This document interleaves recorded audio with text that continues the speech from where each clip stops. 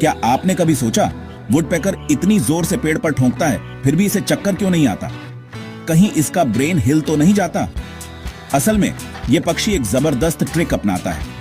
जब वुडपेकर पेड़ में ठोंकता है तो उसकी टंग उसके पूरे ब्रेन के चारों तरफ लपेट जाती है। यह नेचुरल हेलमेट की तरह काम करता है जो हर इंपैक्ट को अब्सॉर्ब कर लेता है।